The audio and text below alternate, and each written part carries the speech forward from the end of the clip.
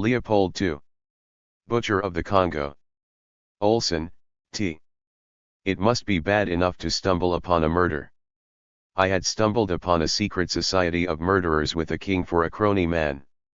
Edmund Morel, upon discovering King Leopold II's system of forced labor I. Austria-Hungary. Africa. Introduction Vic 2C.4 NSEGOE GRI SOS ARCPT ER REMEM. 10. Part 1, Colony for a King. Duane. The spring of 1890, American journalist George Washington Williams made his way slowly up the Congo River into the heart of Africa. It wasn't an easy trip. The Congo rushes down its final path to the ocean in huge waterfalls and foaming rapids. No boat could make it past the white water. After traveling 60 miles on a steamship, Williams had to walk for 200 miles on a rough dirt road. Only then could he board another steamship to make the rest of the journey. The breeze on the river must have been a relief. The weather was steaming hot and damp. Only the wind and the wood fire in the steamship boiler kept the mosquitoes away. The ship traveled 30 miles a day. It stopped in the evening so its African crew could cut more wood for the boiler. Nearly everyone Williams saw in the Congo had dark skin like his own. But every so often the pony steamship stopped at a tiny collection of huts. White Europeans, often dressed in bright white suits, came out to greet him. Williams thought that these little settlements, called stations, were the beginnings of civilization in the Congo. He had high hopes for them. Just 25 years earlier, Williams had fought to end slavery in his own country's civil war. Now, he had a dream. He wanted to bring African Americans back to Africa to help their sisters and brothers. And the Congo Free State seemed like a promising place to start. One man more than any other was responsible for this new nation. He was Leopold II, King of the Belgians. The Congo was Leopold's colony. It belonged not to Belgium, but to the king himself. From his tiny country in Europe, he ruled nearly 1 million square miles of Africa. Yet he had never set foot on the continent. In 1889, Williams had met Leopold and liked him very much. Williams interviewed the king. 2. For an American newspaper. Leopold received the African American man at his palace in Brussels. The king told the journalist that he had started a great and noble project in the Congo. Leopold claimed he was fighting to end slavery there. He wanted to open the land to trade with the rest of the world. He would educate Africans and train them to build their economy. Eventually they would run their own country. What I do there is done as a Christian duty to the poor African, Leopold told Williams. I do not wish to have 1 Belgian franc back of all the money I have expended. Williams was charmed. He wrote home to his newspaper that Leopold was one of the noblest sovereigns in the world. The king treated his subjects with wisdom, mercy, and justice, Williams said. Then he left for Africa to see Leopold's work for himself. Months later, as he steamed up the Congo River, he began to think he had been dead wrong about the noble king. 13. Along the river, Williams found no evidence that the white newcomers were helping the Africans. He saw no schools or hospitals. The stations were the only sign of Leopold's efforts. And they seemed to be little more than military bases. The white station chiefs demanded food and elephant tusks from the Africans. The food provided meals for the station chiefs and their African soldiers. The tusks were sent down river to be sold in Europe for ivory. The white men ruled without mercy or justice. If the Africans refused to bring food or ivory, they were punished harshly. The station chiefs and their black soldiers burned rebel villages. They chained people by the neck to make them work. At one point, Williams met 2 white officers on a steamer. The officers bet on whether or not they could shoot an African who was walking on shore. In 3 shots, the African man was dead. Williams's trip up the Congo made him enraged. In July 1890, he stopped at a station 1,000 miles. 14. upriver from the ocean. He sat down to write a letter to Leopold. The letter charged the king with crimes against humanity. Leopold was not getting rid of slavery in the Congo, Williams claimed. He was creating it. The king, Williams said, had as much right to rule the Congo as I have to be the commander-in-chief of the Belgian army. Williams did what he could to tell the world about what he had seen. He sent his letter to be printed as a pamphlet. He wrote the President of the United States, Grover Cleveland, about the Congo. His efforts caused a minor scandal. But Williams didn't live long enough to press the issue. In 1891 he died of a lung disease in London. Leopold II was once again free to rule the Congo as he pleased. 15%. Growing up. Royal. The heir to the Belgian throne is a disappointment to the * king. Leopold II was born in 1835, 55 years before Williams's voyage to Africa. His home was a sprawling palace at Laeken, just outside the Belgian capital of Brussels. As a boy, the future king of the Congo hardly seemed like a natural leader. Young Leopold was thin, awkward, and sickly. His father often called him odd, funny, and unruly. His own mother, Queen Louise Marie of Orleans, said his huge nose made him 18. Young Leopold was a disappointment to his parents. They preferred their daughter, Charlotte, and youngest son, Philippe. Looked deformed and bird-like. Both parents liked their younger son, Philippe, better than Leopold. The royal couple put a Belgian army colonel in charge of the boys and their sister Charlotte. The colonel ran their lives like a military camp. The 19 children had a schedule for each day. It began at 6:30 a.m. and ended at 5 p.m. They got 3 hours off for meals and spent the rest of the time studying. Their mother took over in the evening. She made them study for another hour before bedtime. Every month she tested them to see how they were doing. If they passed, she gave them reading material as a prize. Philippe and Charlotte usually went to bed with brand new books. Leopold often got nothing. I was very disturbed to see, his mother wrote to him once, that you had again been so lazy and that your exercises had been so bad and careless. A year after she wrote that note, Leopold's mother got sick. Near the end of her life, she lay in bed in great pain. Her 3 children gathered around her. She kissed each one of them before she died. Leopold was just 15. After his mother's death, Leopold grew even more quiet and awkward. He got no comfort from his father. The king used his secretary to pass messages to his 20 son. The family rarely even ate meals together. Young Leopold had to make appointments to see his father. The king, however, knew his son well. He told an aide once that he had seen a fox that reminded him of Leopold. The fox had been crossing a stream step by step. After each step, it tested the water with a paw to see how deep it was. That was Leopold, the king said. He was subtle and sly and determined to get what he wanted. And there was one thing Leopold seemed to want badly.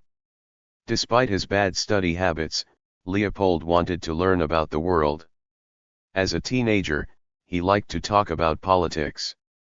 Most of all, he loved to study geography. Leopold began to make friends among the government ministers who worked for his father. He begged them for information about the world beyond Belgium. Best of all, he got maps from them. In the palace at Laeken and in the king's offices in Brussels, he studied his treasures. And he began to develop a picture of the world in 1850. 21. Tiny Belgium was surrounded by its much older and more powerful neighbors Prussia, Austria-Hungary, Holland, France, Spain, and England. Since the 1500s, these major powers had been claiming land around the globe. They had colonies in Latin America, Asia, and the Pacific. Ships brought European settlers to the colonies and returned home with valuable goods such as tea, tobacco, or gold. Belgium, however, had no colonies and no part in this rich trade. No ships sailed into Belgian harbors with loads of exotic goods. Young, adventurous Belgians had no overseas missions to undertake. They had only Belgium, which was no bigger than the state of Maryland. Already, it was beginning to seem too small to Leopold. 22. AMT out of town, the prince gets married and goes on the road. In 1853, Leopold turned 18. His father decided it was time for him to marry. And like most royal children, Leopold didn't get to choose his wife. Princes and princesses did not marry for love. They married to make political deals. Leopold's father wanted the powerful Austro-Hungarian Empire as an ally. So he found Leopold an Austrian archduchess to marry. In the spring of 1853, Leopold went to Vienna to meet his bride. The two didn't have much in common. The archduchess, Marie Henriette, was 23. Leopold and his bride didn't have much in common. Marie Henriette loved horses, parties, and the arts. Leopold cared only for war and politics. 24. A tomboy. She loved horses, music, books, and art. She had a loud laugh and a lively personality. Leopold, on the other hand, had almost no sense of humor.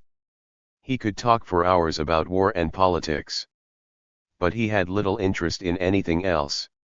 One Austrian lady said it looked like a marriage between a stable boy and a nun. Leopold, she explained, was the nun. The prince and the archduchess got married in August, just 3 months after they met. The people of Brussels were treated to a parade and a concert. Fireworks exploded over the city to celebrate the wedding. In private, there was no spark between the newlyweds. Marie Henriette left her family behind and moved into the palace at Laeken. Leopold rarely spoke to her. She tried to make friends with Leopold's sister, Charlotte. But Charlotte ignored her as well. So, Marie Henriette went riding alone. In the evening she went to concerts. 25. Leopold, meanwhile, pressured his father to let him travel. When the king refused, Leopold got his doctors to say that a warm climate would improve his health. He also asked his father's secretary to plead his case. I have only one desire, and that is to learn as much as possible about the world and its peoples, he told the secretary. For several years, that's exactly what the prince did. Leopold traveled to Turkey, Palestine, Italy, Greece, and Egypt. He went to Romania and the Balkans. He visited Ceylon, India, Burma, Singapore, and Sumatra.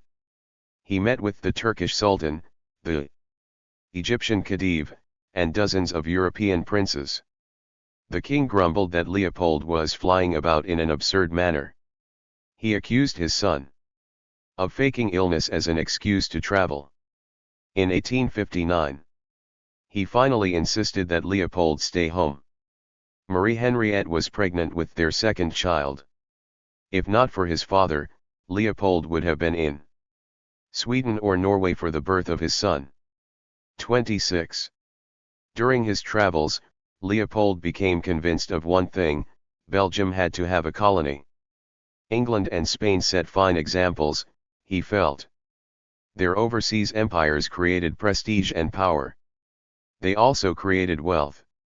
A colony would give Belgian companies new land to develop.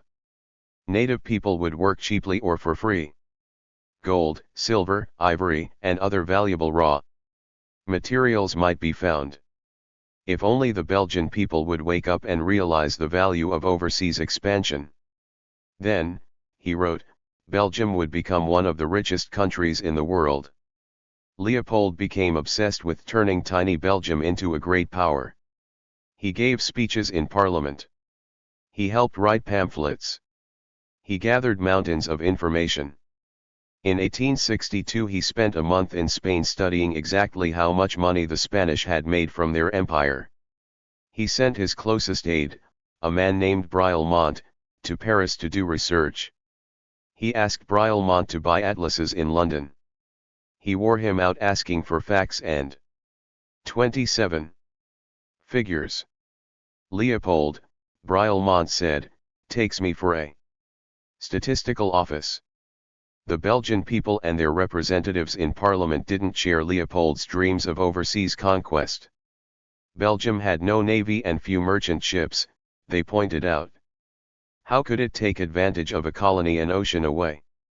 Besides, Belgium had always stayed neutral in disputes around the world.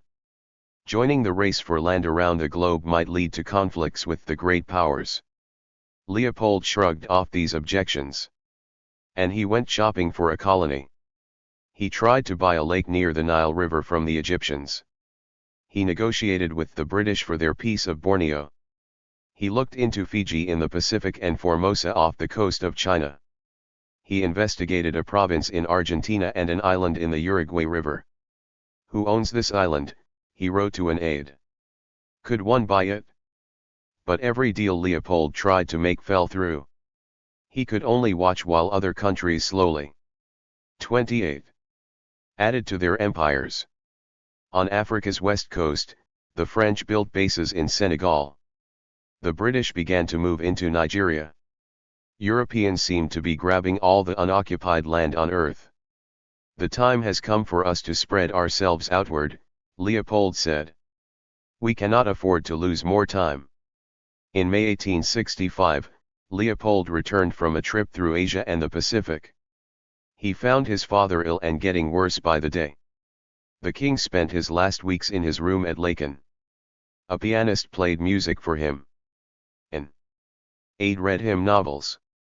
On December 10, 1865, he died. At age 30, Leopold became king of the Belgians. 29. Cha copyright ISEKHS. PPPPPPPPPPPPPPPLP. King of the Belgians. Leopold takes over a nation. But it just isn't enough. On December 17, 1865, Leopold prepared to be crowned King of the Belgians. He dressed in a general's uniform. He mounted a horse and rode in a great parade from Laeken to the capital. He refused to let his wife and children enter the city with him. But their absence did not ruin the mood. The people of Brussels welcomed their new king. They waved handkerchiefs as Leopold rode through the streets. 30. Leopold entered Brussels to be crowned King of the Belgians in 1865. He refused to let his family join his parade. They threw flowers at his feet. In Parliament, Leopold was sworn in with great hope for the future. The future, however, did not look bright for the royal family. 31. Leopold's 9-year-old son became ill with pneumonia. He died in January 1869. Leopold was devastated. At the funeral, the king fell to his knees in front of the coffin and wept. Leopold's marriage gave him no comfort. He and Marie Henriette grew even further apart after their son's death. They would have 2 more children, both daughters. But they barely spoke to each other. Leopold still had grand plans for Belgium. But the Belgian people took little interest in them. Parliament refused to let the king use government funds for his colonial schemes. And Leopold grew frustrated.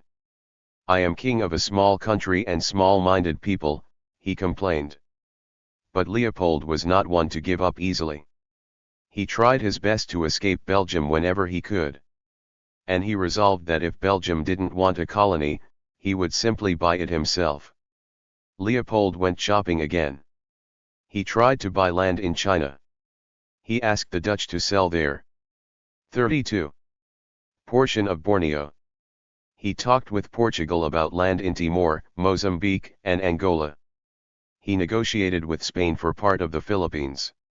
He looked into New Guinea, French Indochina, and 2 islands off the coast of Turkey. One by one, the deals fell through. but one place on the globe still seemed promising, Africa. 33. Sena Pteree. PPPRPPPPPPPPLPPPLP. A New World. European adventurers begin exploring Africa and Leopold takes notice. By the late 1800s, Africa's coastline was well mapped by Europeans. White traders had been buying and stealing slaves there for 300 years. But they rarely traveled inland. Most of the continent and its hundreds of tribal groups were still unknown to Europeans. That was finally beginning to change. Since the early 1850s, white explorers had been racing to find the source of the Nile River. In the process, they 34. Uncovered a land full of wonders. They found the snow-capped Mount Kilimanjaro in Kenya. They stumbled across the longest freshwater lake in the world, Lake Tanganyika. An English doctor named David Livingstone became the first European to see the mile-wide Victoria Falls. The explorers became celebrities when they returned. Newspapers ran front-page stories about their adventures. Many of the explorers went on tour to lecture and show off souvenirs from their travels. They told tales of fearsome animals and violent tribal chiefs. One French explorer brought home gorilla skeletons to show at his lectures. The beasts, he claimed, kidnapped women and dragged them off into the jungle. In 1871, one explorer had all of Europe talking. His name was Henry Morton Stanley. That spring, an American newspaper sent Stanley on a mission into Central Africa. David Livingstone had been wandering there for 5 years. No one had heard from him. Stanley's job was to find him. 35. Stanley completed his mission, but it nearly killed him. By the end of October, he was sick and hungry. One day he sat down to carve a desperate message into the bark of a tree, starving. HMS. Stanley struggled on, following a rumor that an old white man with a gray beard was living in a village called Ujiji. Stanley stumbled into the village. He found the white man in a crowd of. According to news reports, explorer David Livingstone was lost in Central Africa. Fellow explorer Henry Morton Stanley went to rescue him. Livingstone, however, did not want to be rescued. 36. Africans. Stanley walked up to him and said, "Dr. Livingstone, I presume." Livingstone, it turned out, did not need to be rescued. He stayed in Africa. Yet Stanley returned to a hero's welcome in Europe. He went on tour to boast about his accomplishments. He wrote articles and published a book. How I Found Livingstone became a bestseller. Back at the palace in Laeken, King Leopold followed Stanley's story closely in the newspapers. Lands that Europeans had never seen before were finally being explored. How exciting it must have been to a man who loved to learn about the world. And how much more exciting it would be if a piece of that land could someday be his. Into Africa. Stanley goes exploring, while Leopold makes plans from afar. In 1874, Leopold's attention once again turned to Africa. Henry Morton Stanley was making preparations to cross the entire continent from east to west. His goal was to find the source of the Congo River and follow it all the way to the Atlantic Ocean. In November 1874, Stanley and a small army of travelers left Zanzibar on Africa's east coast.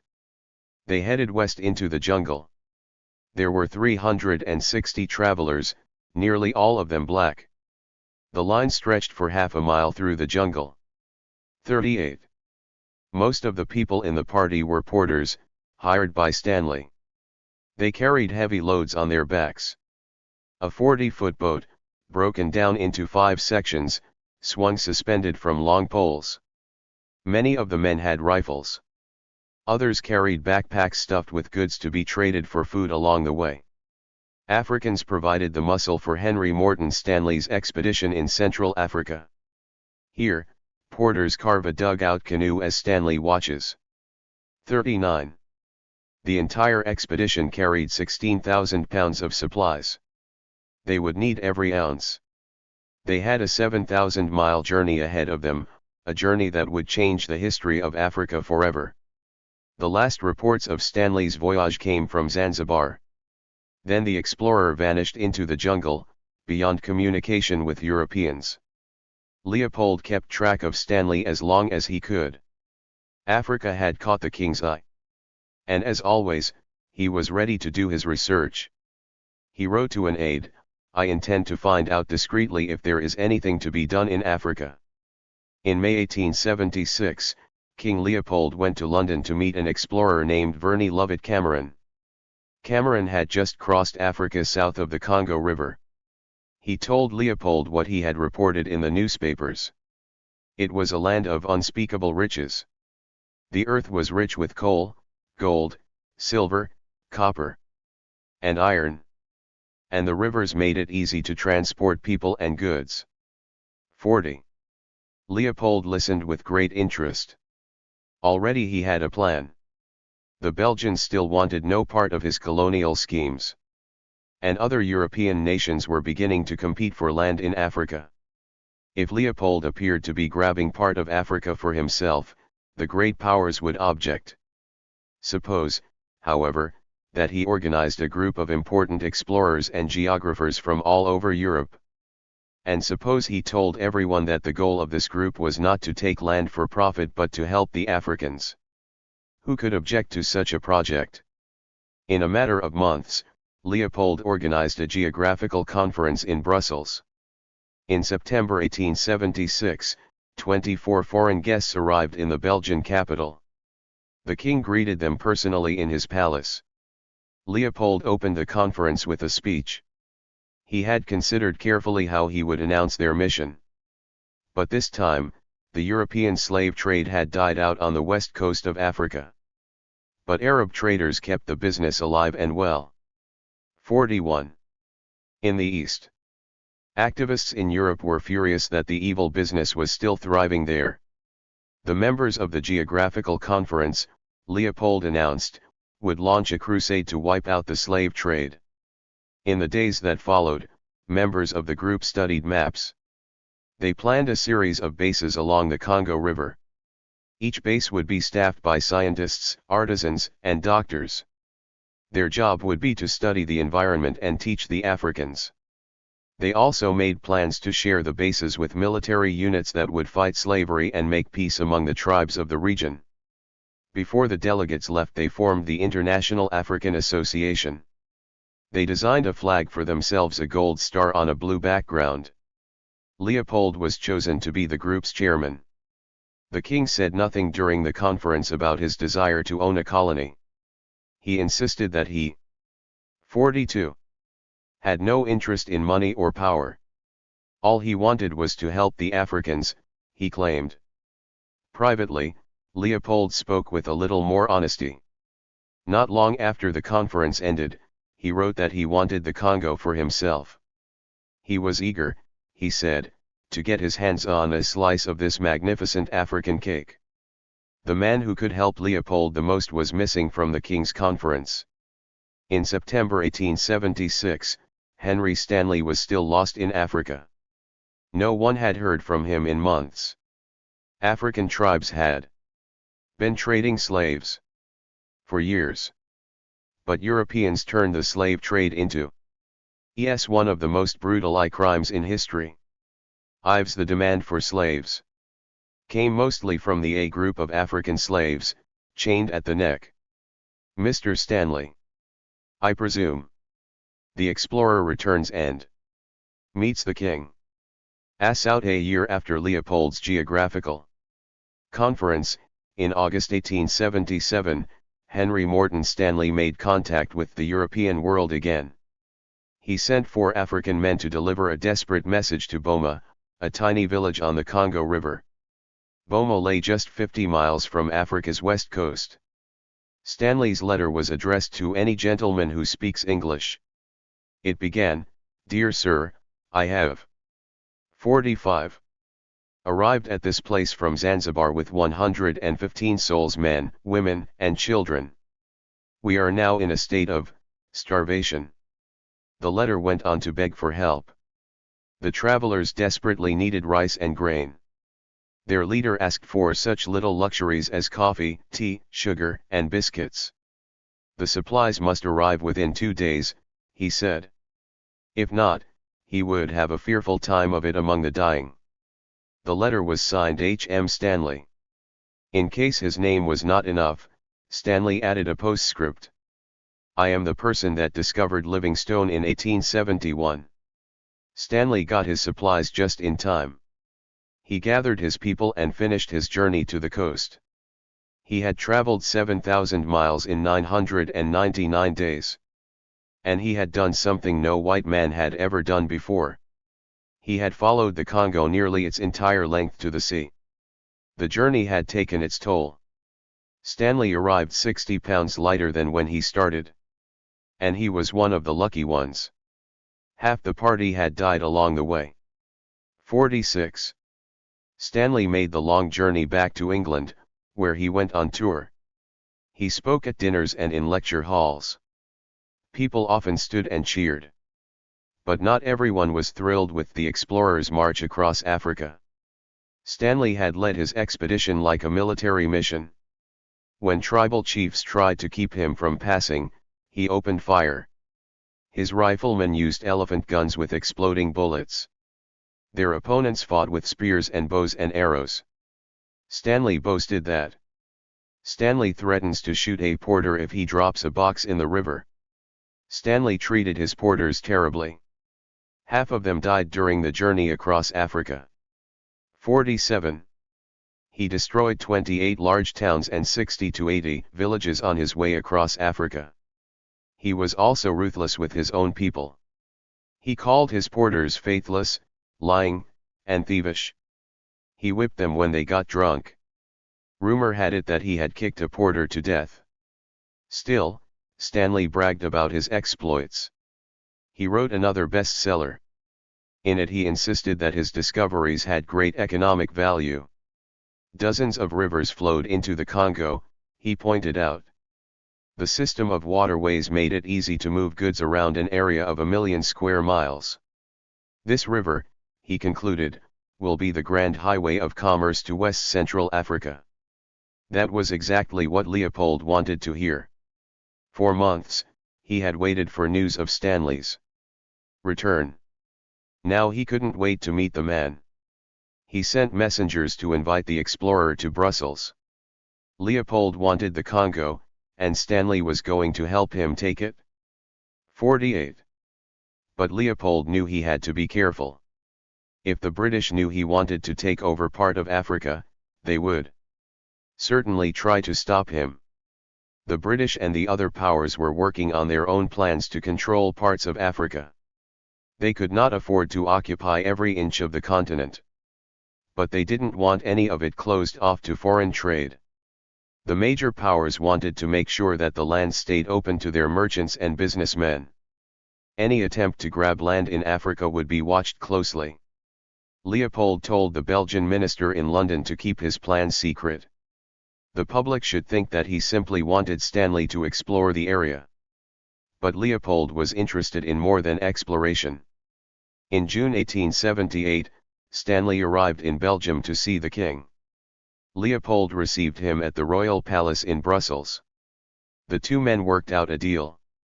The king offered Stanley a salary worth $300,000 a year in today's money. In return, Stanley agreed to go back to Africa. His task, according to Leopold, said 49. Up a base on the Congo and from there, spread out in all directions.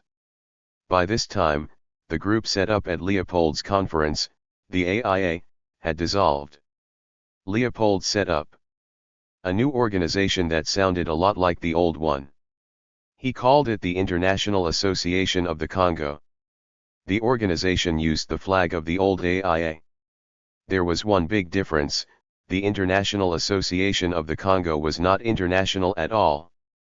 It was controlled by Leopold and Leopold alone. The king's plan was underway. Stanley would quietly build a road and stations in the Congo under the international flag. In fact, the stations would belong to Leopold. Eventually, the king reasoned, the world would get used to his presence in the Congo. Then, the slice of magnificent cake would be his. 50. Race for the Congo. Can the king of tiny Belgium convince the world to let him rule a million square miles in Africa?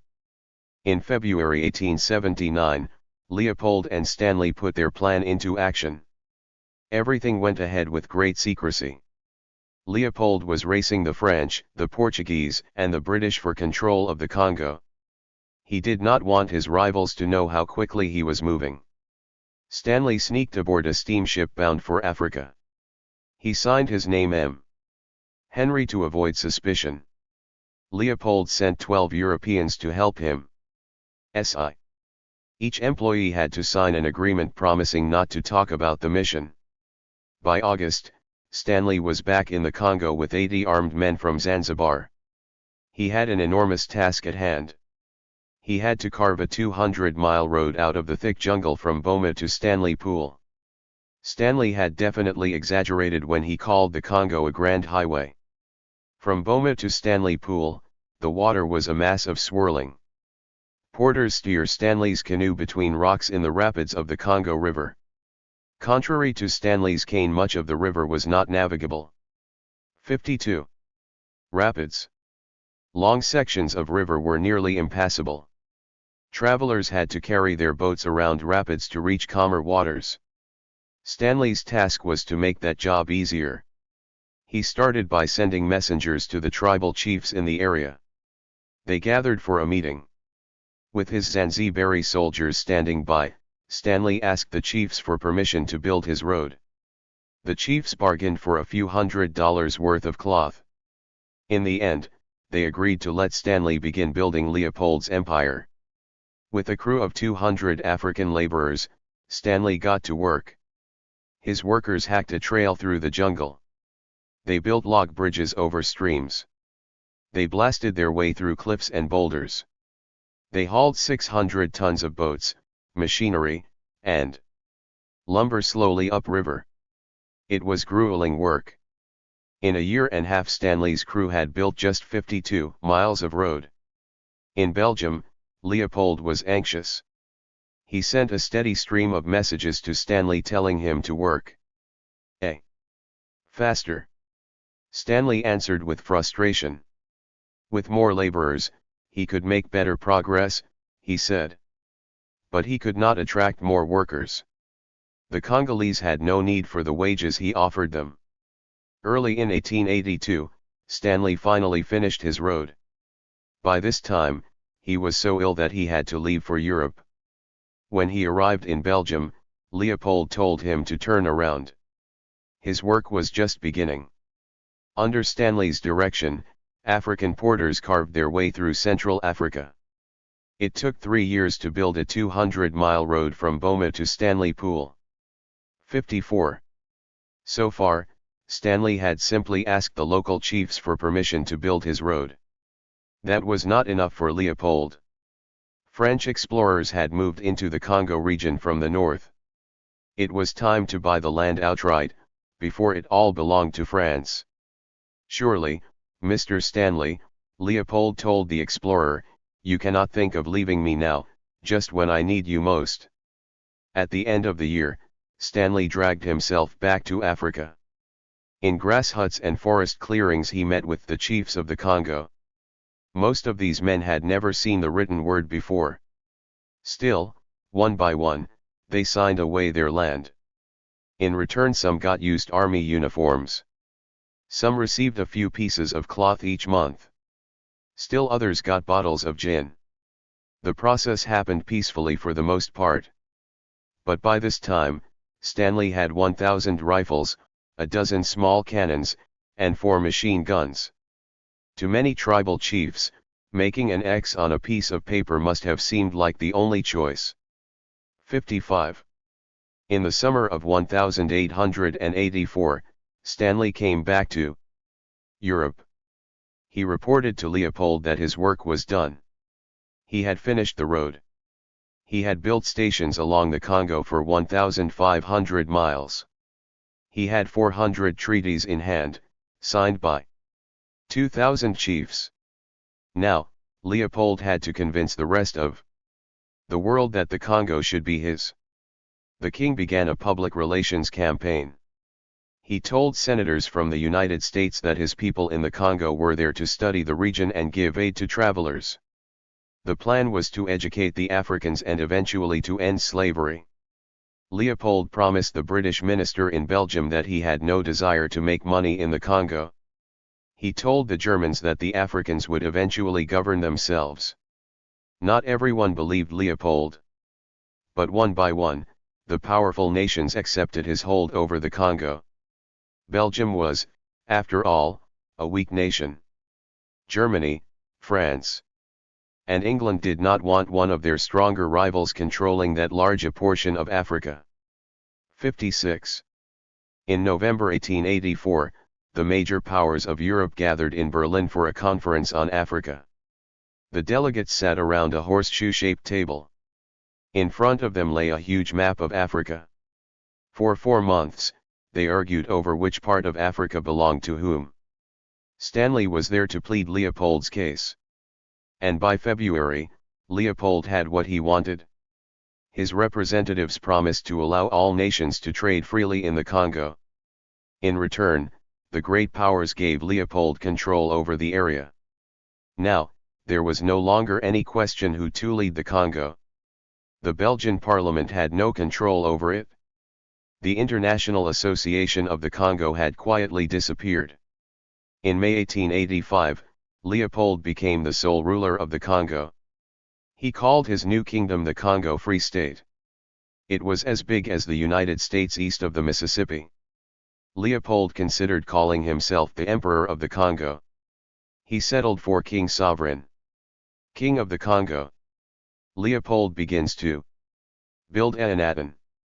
In 1885, Leopold was 50 years old. He had spent his entire adult life trying to acquire a colony. Now, he had one that was bigger than he had dreamed. But the work was just beginning. And Leopold went at it with tremendous energy. At home in Belgium, he woke every morning at 5 a.m. He drank a glass of warm water and went for a walk. By 6 o'clock he was reading letters, many of them about the Congo Free State. At 7:30 his secretary arrived to write out the king's replies. Breakfast was 60. A half-dozen eggs, bread, and a whole jar of jam. Then Leopold dragged an aide on a 2-hour hike around the grounds. While they walked, the king gave orders and dictated letters. During lunch, Leopold talked politics over steak and vegetables. Then he left for his office in Brussels. There he met with government ministers and other associates. He returned to Laeken by 6:30 for dinner. Before bed, he read several newspapers. This was King Leopold's routine, 7 days a week. Not a minute was wasted all day. Time is money, he liked to say. As part of his daily routine, the king began to build a nation 4,000 miles away in Africa.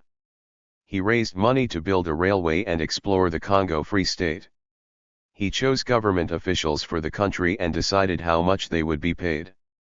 He named a governor-general, who moved into a mansion in Boma. European officials ate 3 meals a day in the hotel there. They celebrated the king's birthday. 61. The Congolese chief Maviro shows the buttons and medals he was awarded for service to Leopold. 62. Each year with a shooting contest. A choir of African children sang for the occasion. Slowly, Leopold's agents spread out into the Congo. By 1890, they had expanded the number of stations to 50. The station chiefs each worked for Leopold's Congo Free State. They cleared land for houses. And they demanded help from the African leaders. Each tribal leader who cooperated got a medal with Leopold's image on it. On the back the medal read loyalty and devotion. But the station chiefs wanted more than just loyalty from the tribal leaders. Under orders from Leopold, they demanded ivory. Ivory was in style in Europe at the time. Wealthy buyers paid a lot of money for ivory knife handles, pool balls, combs, chess pieces, and piano keys. The Congo quickly became a major supplier. In the beginning, the station chiefs tried to buy elephant tusks from Congolese hunters. The white men paid in beads, cloth, and other trinkets. But 63. Congolese men carry elephant tusks from the interior to the coast. Leopold made huge profits selling ivory in Europe, but Africans were rarely paid for their work. When the supply ran low, they used force to get what they wanted. It was this system that horrified the journalist George Washington Williams when he came to the Congo in 1890. Williams was the first person to publicly criticize the king of the Congo Free State. Leopold, he charged, had tricked tribal leaders out of their land.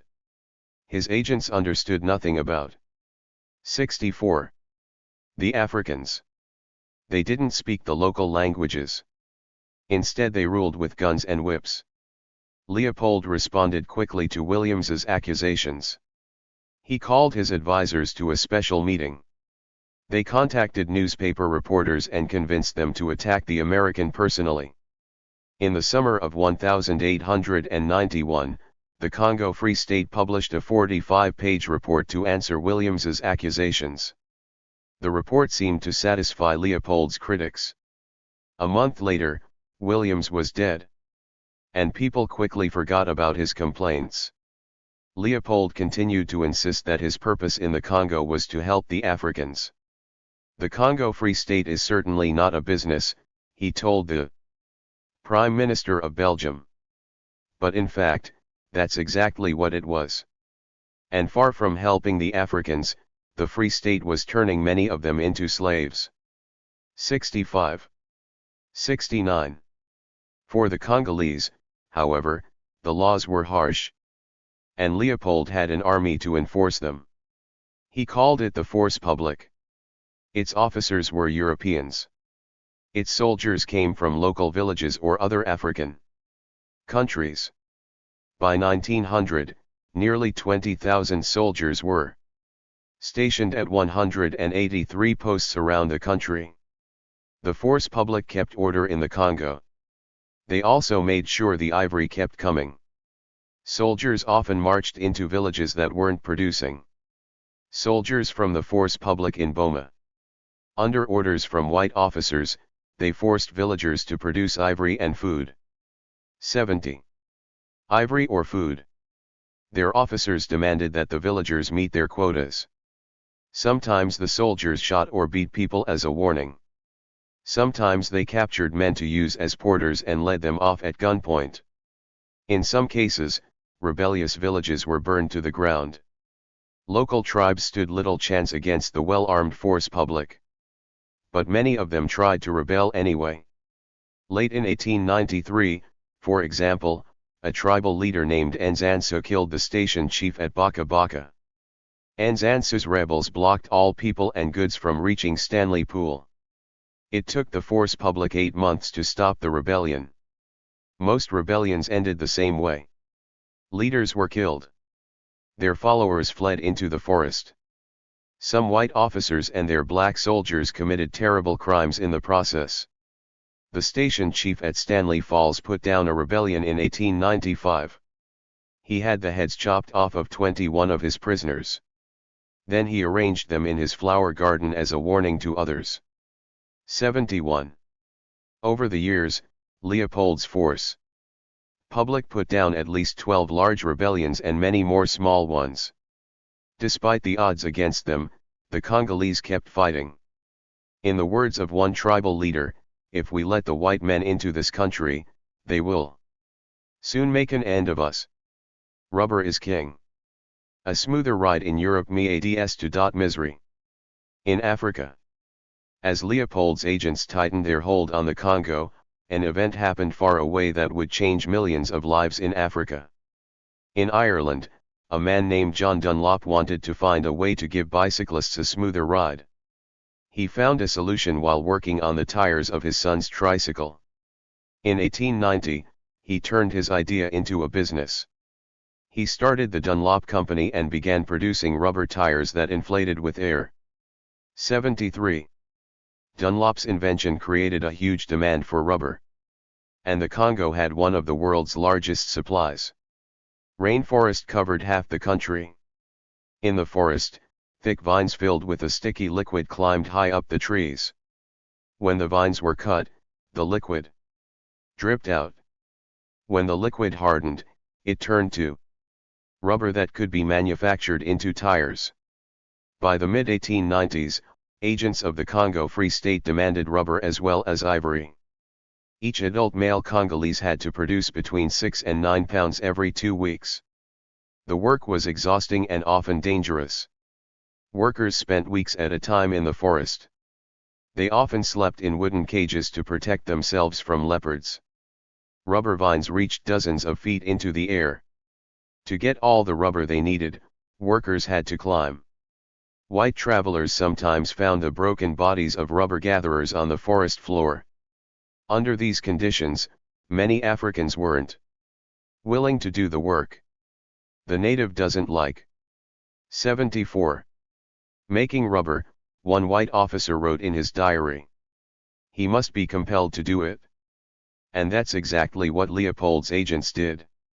To force Africans to bring in rubber, they developed a brutally effective strategy. They took hostages. The force public visited villages that fell behind on their rubber quotas. Since men did most of the rubber gathering, the agents usually seized women. They held the prisoners under guard at their stations. When the village collected enough rubber, the agents sent the women back. Many state agents even had an instruction book with a section on taking hostages. In Africa, taking prisoners is an easy thing to do, the section began. Then it described exactly how to do it. When villagers fled into the forest, they always returned for food. An officer simply had to leave guards near the village garden. You will be certain of capturing people after a brief delay, the book concluded. By the late 1890s, business was booming for the Congo Free State. Ivory hunters had killed off nearly 75 Africans, including young children, line up with their quotas of rubber on their heads. All the elephant herds in the country. But rubber was even more profitable. Africans brought it into the stations in baskets. Agents dried it into slabs in the sun. Then they loaded it onto steamships and sent it to Leopoldville. At Leopoldville, workers heaved the rubber onto railway cars. The cargo made the 260-mile trip to the 76 coast on Leopold's new tracks. Large cargo ships then took it to ports in Belgium. From there it was sold to factories in Europe and the United States for 7 times what it cost to collect. As the demand for rubber grew, agents of the Congo Free State put more and more pressure on the Africans. Army raids to round up workers became more and more common. By 1900, the Free State was spending half its budget on the force public. Leopold's soldiers were under orders to get results. When the force public raided a village, they demanded food and laborers. They didn't hesitate to shoot anyone who resisted. They became known for their brutality throughout the Congo. One practice was especially shocking. When force public troops returned from a raid, they usually carried a basket filled with human hands, cut from their victims. Their officers liked to keep track of how many people their troops killed. They also wanted to make sure their soldiers did not waste 77 bullets. The hands were proof that the bullets had killed their targets. When bullets were wasted, some soldiers were known to cut the hands off living victims to make it seem as though those bullets had killed people. The force public ruined lives all across the Congo. Thousands of people were forced out of their homes. One white observer had seen it happen over and over. All the people of the villages run away to the forest when they hear the state officers are coming, he wrote. Tonight, 40,000 people, men, women, children, with the sick, are sleeping in the forests without shelter. Years later, African villagers still remembered the terror. One man, named Swambe, recalled the Raids and the severed hands. Rubber caused these torments, he said. That's why we no longer want to hear its name spoken. Voices in the wilderness. The king dodges his critics in the Congo. Back in Belgium, Leopold enjoyed his control of the Congo. He imported African animals for Belgian zoos. He had the bedroom of his private railway car paneled with wood from the Congo. He added a Congo section to his greenhouse at Laeken. In it, visitors could walk among palm trees and other plants from Africa. Leopold also used money from the Congo for building projects in Belgium and France. He built a 19. Leopold added a Congo section to his greenhouse in Laeken. He had palm trees, geraniums, and other tropical plants shipped here. 80. Golf course and a new royal chalet. He built parks in the seaside resort of Ostend, where he often spent time. He built mansions in the south of France. For the most part, Europeans had no idea how much violence lay behind the money coming from the Congo. But little by little, reports began to leak out. Many of these reports came from Leopold's harshest critics in Africa, religious missionaries. These determined preachers came from England, the United States, Sweden, and other places. They left their familiar homes to live in African villages. Their goal was to convert their new neighbors to Christianity. They set up churches in grass huts. They preached on Sundays. They handed out Western clothes. They taught villagers how to read and gave them Bibles to practice with. The missionaries saw the work of Leopold's agents up close. One day, an American minister came across a chief bent over a smoldering fire. The chief's tribe was allied with the force public. The man was smoking. 81. Missionaries hoped that colonization would be good for Africans. They were outraged by the brutality of the Free State. Here, a missionary frees a group of enslaved men and boys. 82. Human hands over the fire to keep them from rotting. See. Here is our evidence, the chief said. I always have to cut off the right hands to show the state how many we kill. In 1895, an American Baptist missionary named John Murphy went to the British newspapers with stories from the Congo. He told about the hostages and the severed hands. The state agents had unlimited power over the Africans, he said. If the people do not rebel, he said, it is because they are in despair. As the reports added up, Leopold had to respond. Publicly, he said he was shocked. He also claimed that the abuses were unusual. It was impossible to control everyone who worked for the Congo Free State. Perhaps there were a few bad people who abused their power. If so, he would find them and put a stop to it. In 1896, the king formed a commission for the protection of the natives. The group had 6 members, all of them missionaries. Their job was to look into reports of crimes in the Congo. 83. Leopold won high praise for forming the commission. One newspaper said he had faced the facts of the situation. The commission, however, never found many facts at all. Its members lived in areas that were relatively peaceful. Leopold gave them no money to travel. They had no power to publish reports or to change policy in the Congo. In the end they met only twice.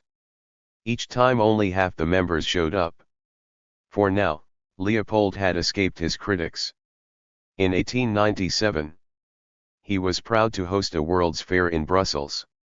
The colony he had worked so hard to obtain was the subject of one of the most popular exhibits. At least 1 million people came to see it. For their enjoyment, Leopold brought 267 people from the Congo to Brussels. The Africans lived in 3 specially built villages. They danced and paddled canoes around a pond while European visitors watched. In one of the villages, 90 force public soldiers marched and drilled. Some of the soldiers played music in a military band. 84. To the fair's white visitors, the Congolese seemed strange and exotic. Some people wondered if the Africans were dangerous. Other observers simply looked on in fascination. Few people thought it was strange that human beings were being kept like animals in a zoo. Fewer still knew much about the lives of the Congolese back at home. Thanks to the efforts of a man named Edmund Morel, that was about to change. 85. Head TTE raised in a palace. Leopold grew up here, in a palace outside of Brussels, Belgium. The young prince had to make appointments to see his father. Prince Leopold. Leopold was an awkward young man, but his father thought he was sly like a fox. Bess. Unexplored. By Europeans. In 1872, when this map, Unexplored, UNEXP, was made, large sections of Africa still had not been explored by Europeans. Leopold saw this as his best chance to acquire a colony across Africa. In 1874, explorer Henry Morton Stanley embarked on an expedition to follow the Congo River to the sea. He traveled 7,000 miles in 999 days. The explorer Stanley made two widely publicized expeditions into Africa. Leopold avidly followed his adventures. Sailing Italy reported that the Congo's river was a great highway dover. In many areas, rapids and waterfalls made the river impossible to navigate. Afe. Ekoa. Leopold seizes control. In 1884, Leopold took control over Central Africa, which he named the 4, Agtai *SEH *5 Congo Free State. He organized the Force Publique, an army of African soldiers, to force villagers into producing food, ivory, and rubber. Slaves to rubber. Congolese workers beat rubber to remove pieces of wood and fiber. The invention of inflatable rubber tires in 1890 increased the misery of Africans. Millions died trying to harvest the rubber demanded by Europeans. 88. Leopold's slave state. Two African overseers present a group of Congolese slaves chained at the neck. Leopold claimed that his goal was to end slavery in the Congo. In fact, he used forced labor to build his colony. A costly monument. Leopold paid for this monument in Brussels with profits from the Congo earned with the help of slave labor. Some called it the Ark of the Severed Hands. Enslaved. A Congolese prisoner handcuffed and tied up in a net. 89. An outspoken critic. George Washington Williams, a journalist and veteran of the USS Civil War, was the first to criticize Leopold's reign in the Congo. A principled whistleblower. Edmund Morel worked for a shipping company that brought cargo to and from the Congo. He launched a crusade against Leopold after he began to suspect that the king was using slave labor in the Congo. A holy mission. A missionary to the Congo stands with his students. Many missionaries were disillusioned to find that Leopold had little interest in fighting slavery or building hospitals and schools. The evidence. Activists from Morel's Congo Reform Association held public meetings to expose Leopold's system of forced labor. They often displayed evidence like this whip, called a shikata. Made of tough hippo hide, it was used by Leopold's agents in the Congo. A way of life destroyed. In 1906, Leopold agreed to transfer ownership of the Congo to Belgium. There is no way to calculate the number of lives that had been destroyed during the 24 years of his reign. Public opinion turns inspired by Morel and other activists, newspapers began to criticize Leopold. In this newspaper cartoon, an artist imagines Leopold getting the same punishments his agents gave thousands of Congolese people. The Awakening. Leopold gets a worthy adversary. Edmund Morel, like King Leopold, had never been to Africa. But few people were in a better position to learn the secrets of the Congo. Morel was in charge of the Congo department of a shipping company called Elder Dempster. And Elder Dempster controlled all the shipping to and from the Congo. Not long after Leopold's World's Fair, Morel began to notice something alarming about the cargoes leaving Belgium for the Congo. Ship after ship left the docks filled only with arms and ammunition. And 3. Leopold's aides insisted that the contents of the ships not be made public. Morel decided to investigate. After work each night he studied Elder Dempster's shipping records. He took careful notes. He made calculations. And he began to understand the dirty secret behind Leopold's colony: it was using slave labor. Every year, the Congo shipped out huge amounts of rubber and ivory. By 1900, 11 million tons of rubber left Leopoldville each year. Thousands of Africans must have been working long hours to collect that much rubber.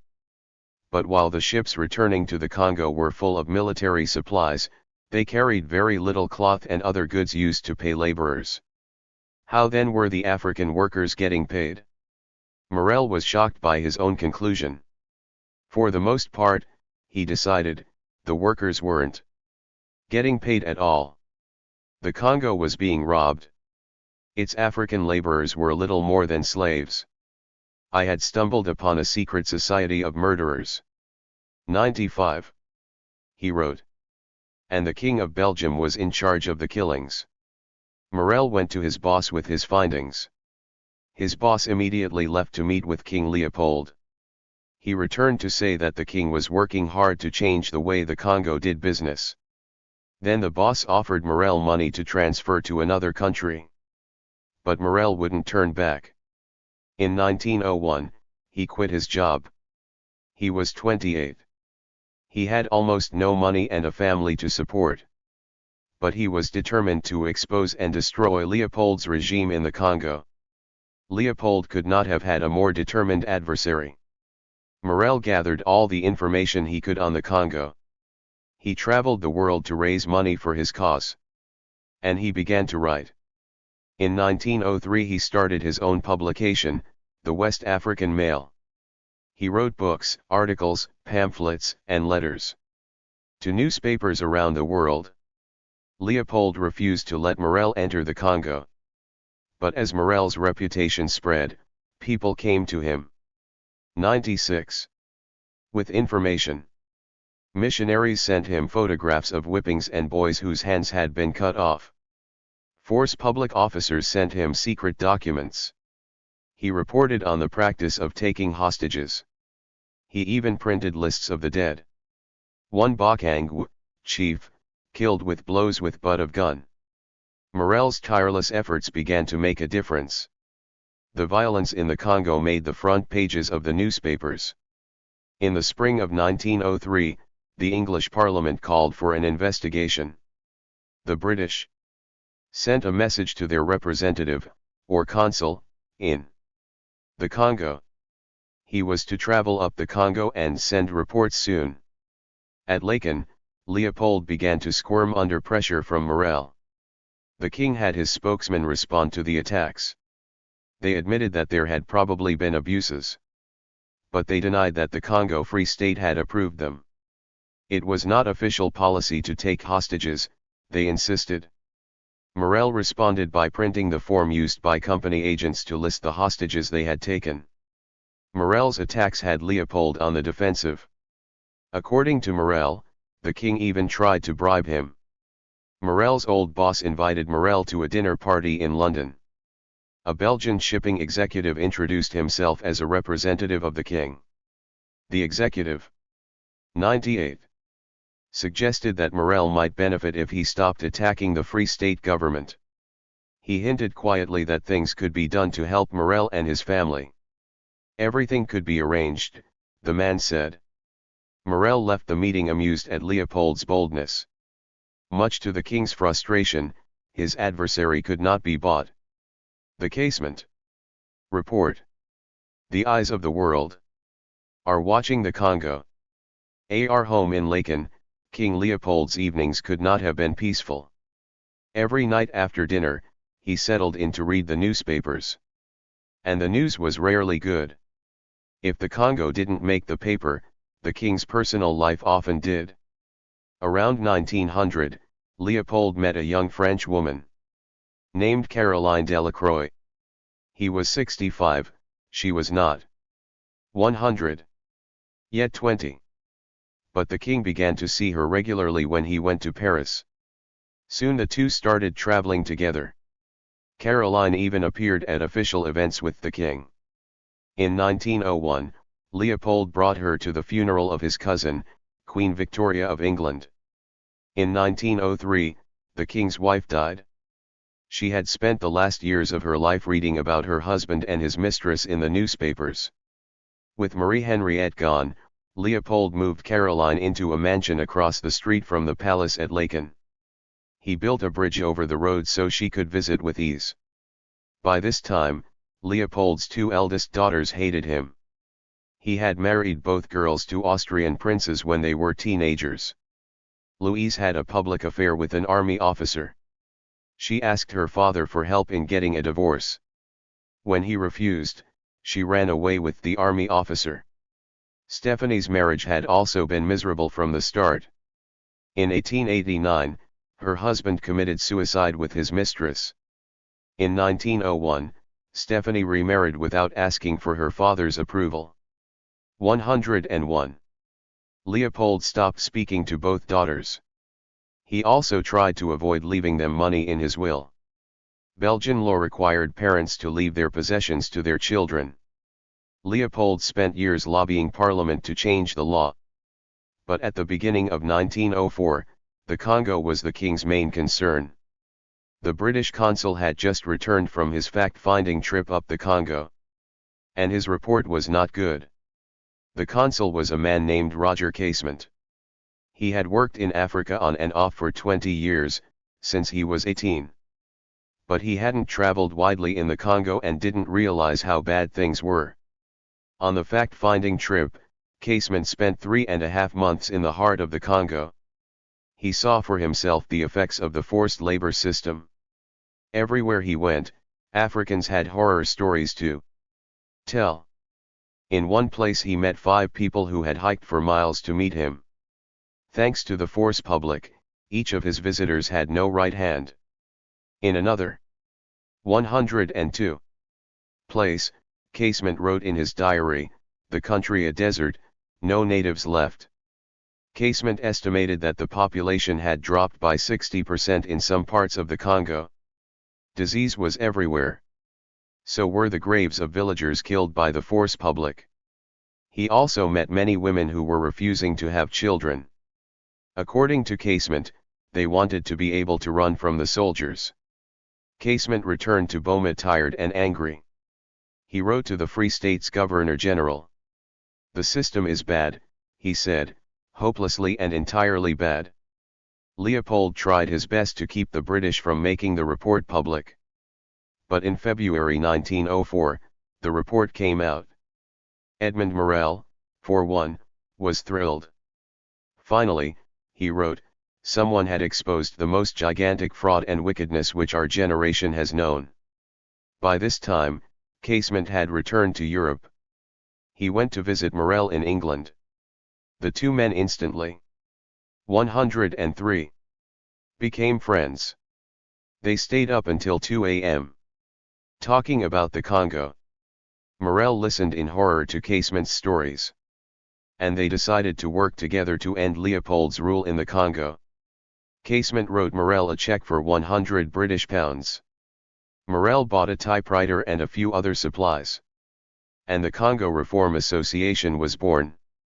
Morel dug into his work like never before.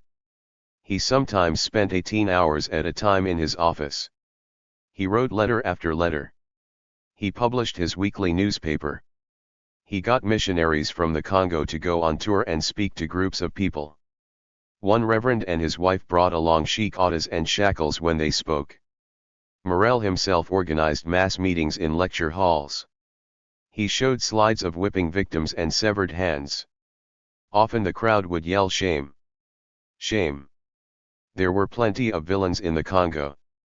But to Morel and the other activists, Leopold too was the king of them all. Before long, cartoons appeared in the newspapers portraying Leopold as a monster. One showed the king with blood dripping from his long white beard. Another had him eating body parts for dinner. Furious with his critics, Leopold cancelled his subscription to his favourite newspaper, The Times of London. In March 1904, Leopold responded to the Casement report. He sent out a 47-page note answering the charges in detail. He claimed that Casement had gotten his information from untruthful Africans and biased missionaries. He insisted that the Congolese were dying from disease, not murder. As for the forced labor, he said it was the only way to get Africans to work. In the long run, he claimed, it would teach them how to get along in a modern society. 106. After his report came out, Roger Casement was attacked by Leopold. The King of England gave him a medal, and Casement later said that his work in the Congo was the best thing he had ever done. Leopold then spent 17 pages on the case of a boy who had lost his hand to the force publique. The boy had not in fact had his hand cut off, Leopold said. It had been bitten off by a wild boar. Leopold also organized a public relations office to defend the Free State. The new group started newspapers. It published pamphlets with titles like, "The Congo State is not a slave state." It bribed 107 newspaper editors to keep Morel's stories out of their papers. It steered critical journalists away from problem areas in the Congo. It also paid its own journalists to go to the Congo and find stories that made the Free State look good. One station agent was told to prepare for a visit from one of these reporters by tearing down a jail. But it was too late to hide the crimes of the Free State. Thanks to Edmund Morel, the world was watching. Every week, it seemed, a new celebrity joined the Congo Reform Association. Its members included a Polish prince and a famous French novelist. The American writer Mark Twain joined. So did African-American leader Booker T. Washington. Under fire from all sides, Leopold agreed to start another investigation. He named 3 judges to a commission of inquiry. In October 1904, the judges arrived in Boma. Like Casement, they spent 4 months steaming up the Congo. On the boat and in station huts, they interviewed 370 people. One of their 108 informants was a tribal chief named Lontolo. The chief came in and laid a line of twigs on the table. There were 110 of them, he said, 1 for each member of his tribe killed by the state. The judges returned to Boma in March. They told the Free State's Governor-General about their findings. The governor confessed that it was all true. The forced labor, the hostages, the raids, it was all government policy, he said. Then he committed suicide. The commission's report came out in November 1905. The story it told was already a familiar one. But now, no one could blame it on the missionaries or the Africans. This report came from judges appointed by the king himself. For Leopold, it was the final blow. The Belgian people, by this time, were fed up with him. Leopold and his colony were an embarrassment to Belgium. They felt. Leopold was in the south of France when the Commission's report came out. He spent his vacations. 109. There now. On the French Riviera, he could escape it all. He lived on the most expensive property in the world. He worked on his yacht. Caroline Delacroix had a home there as well. By the end of 1906, the king was tired of fighting. The British demanded that he hand over the Congo to Belgium. His own aides agreed. In December, Leopold finally gave in. He told his prime minister to begin transferring the Congo to Belgian rule. "The Belgian people are tired of me," he grumbled. "They want no more of me." 110. Cohaptercts. PPPPPPPPPPPPPPPP. End of the king. Sovereign. Near the end of his life, Leopold loses the colony he had ruled for 23 years. In 1907, the King of Belgium turned 72. He spent more and more time in France with Caroline Delacroix. The two of them now had 2 sons together. But they still did not officially live together. He traveled to visit her through an underground passage. Leopold liked everything secret and mysterious, she said. IOA.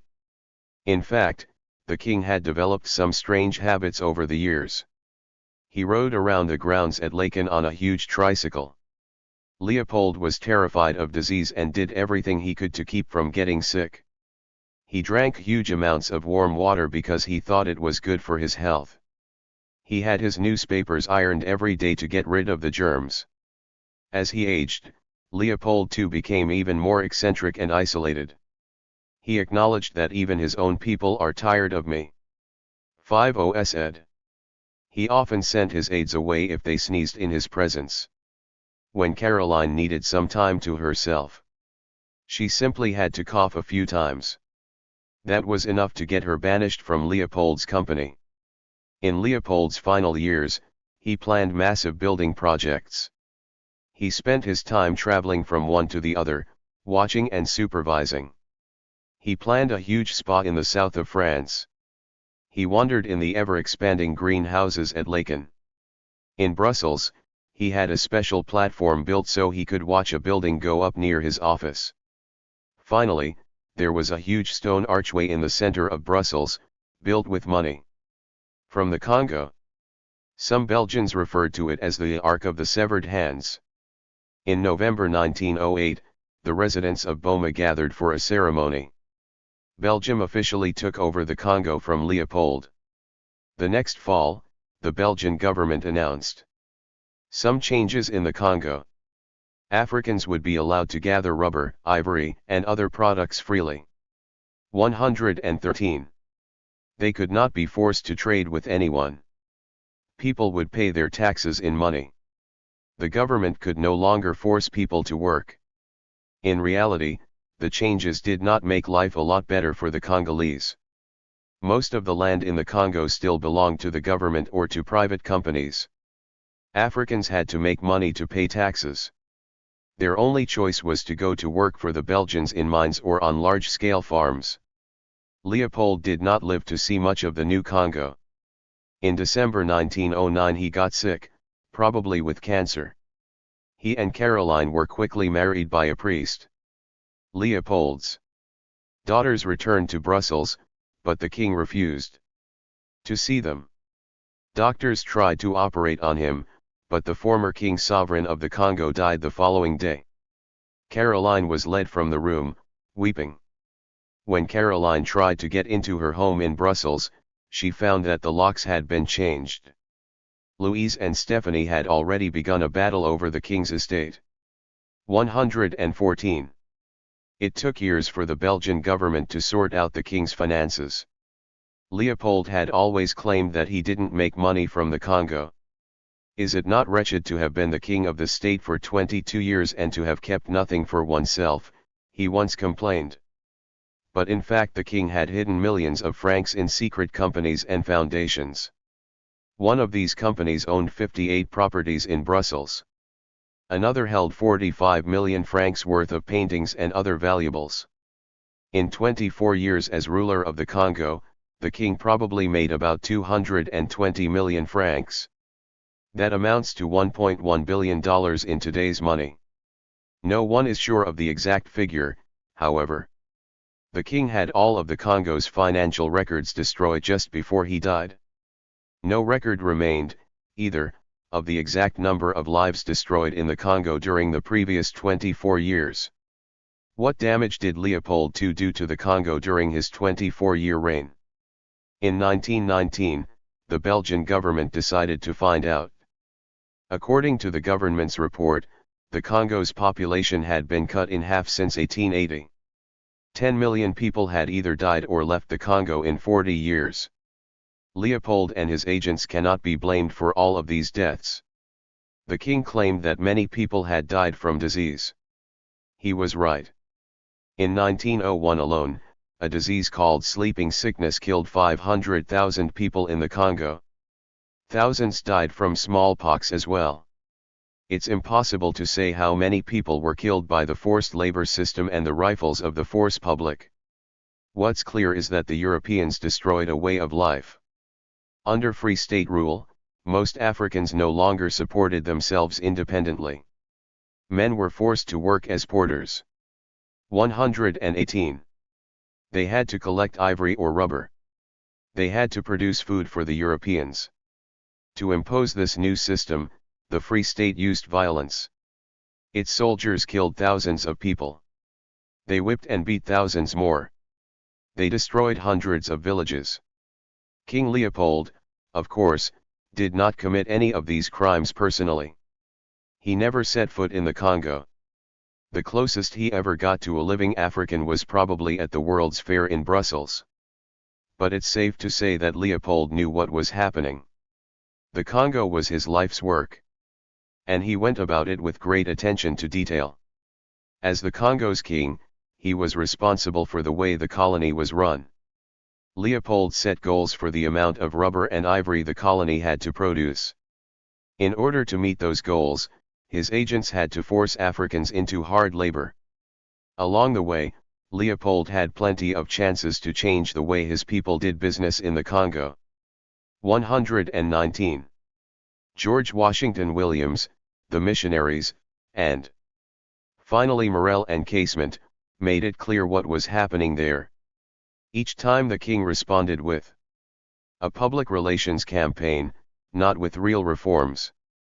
Like many Europeans at the time, the king chose to lie to himself and others about what was happening in Africa. He insisted that Africans would benefit from colonial rule. They would learn to work and make money in a modern economy. They might even learn to govern themselves. In the meantime, he said, forced labor was the only way to civilize and uplift people like the Congolese. Leopold's understanding of the Congo and its people never went any further. As a British diplomat once said, the king was too busy thinking of how he could squeeze money out of the people. In getting money out of the Congo, Leopold created a system more brutal than anything that had existed there before. A Swedish missionary in the Congo had the same thought while watching. 120. Leopold's agents at work.